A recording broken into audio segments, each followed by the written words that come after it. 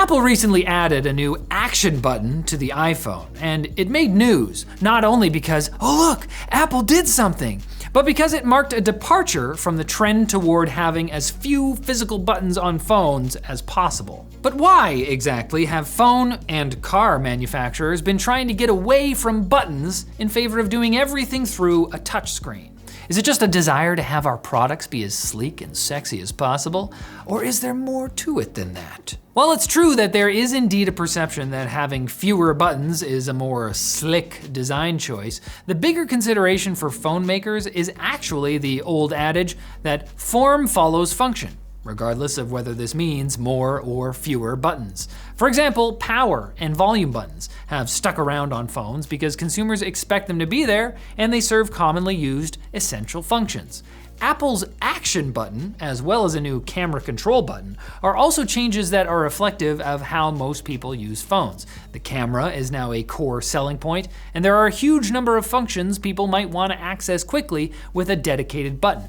Everything from the flashlight to silent mode to song recognition. Now, of course, we went a long time without having dedicated buttons for features like these, so they're not strictly necessary.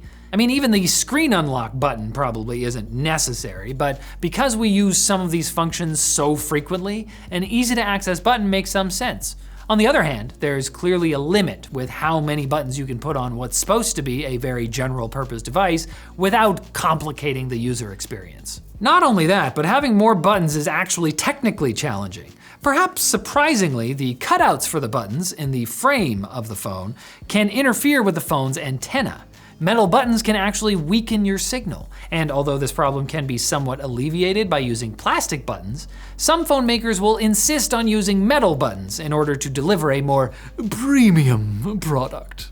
Now, this doesn't mean there are no phones out there with additional buttons. Think trigger buttons on gaming phones or rugged phones on construction sites with dedicated buttons for the infrared camera. But for consumer grade phones, even though Apple just added a couple of new buttons, people in the industry expect the trend to continue to be towards a limited number of buttons, especially as touchscreen and voice recognition technology continue to improve. So don't expect phones of the future to once again look like BlackBerries. Okay, but what about the other prominent space that the touchscreen has invaded? The car.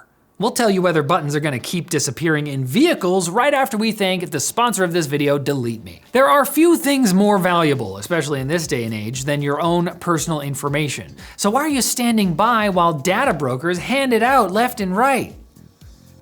Come and get it. Instead, seek help from the folks at Delete Me. Simply let them know the data you want removed, such as emails and phone numbers, and they'll scour the web to see to it that your info only ends up where you want it to. And don't just think about yourself, their family plans let you protect your loved ones too, with a single admin dashboard and personalized data sheets. So click our link in the description and get 20% off a Delete Me data removal plan today. Similarly to phones, there's definitely design pressure on cars to look sleek, especially if we're talking about electric vehicles. Even though EVs are pretty much just normal cars that run on batteries instead of gas, there's a consumer perception of EVs as a tech platform that needs to look advanced, due in large part to companies like Tesla and Rivian. But even with this design pressure, there have been plenty of complaints from drivers about how touch controls are harder to navigate without taking their eyes off the road. You can always reach down and feel a physical button or dial without looking at it. But how exactly are you supposed to do that with a big flat touchscreen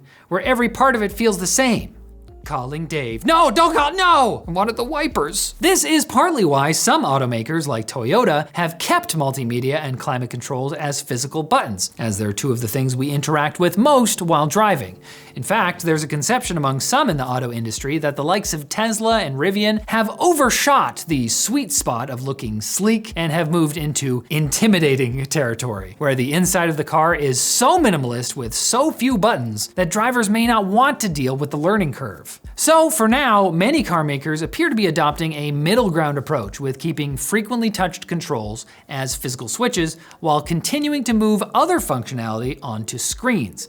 Think, for example, about how radio preset buttons aren't much of a thing anymore because of how popular streaming music has become. But do keep in mind, there is actually a cultural element in play when it comes to design expectations.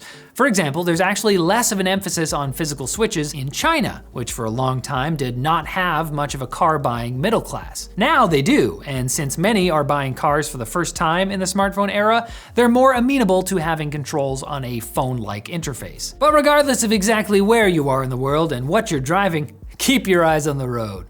I want you to live to tune into the next episode of Tech Quickie. Hey, thanks for watching. If you like this video, check out our other video on how they make smartphone glass tougher than ordinary glass.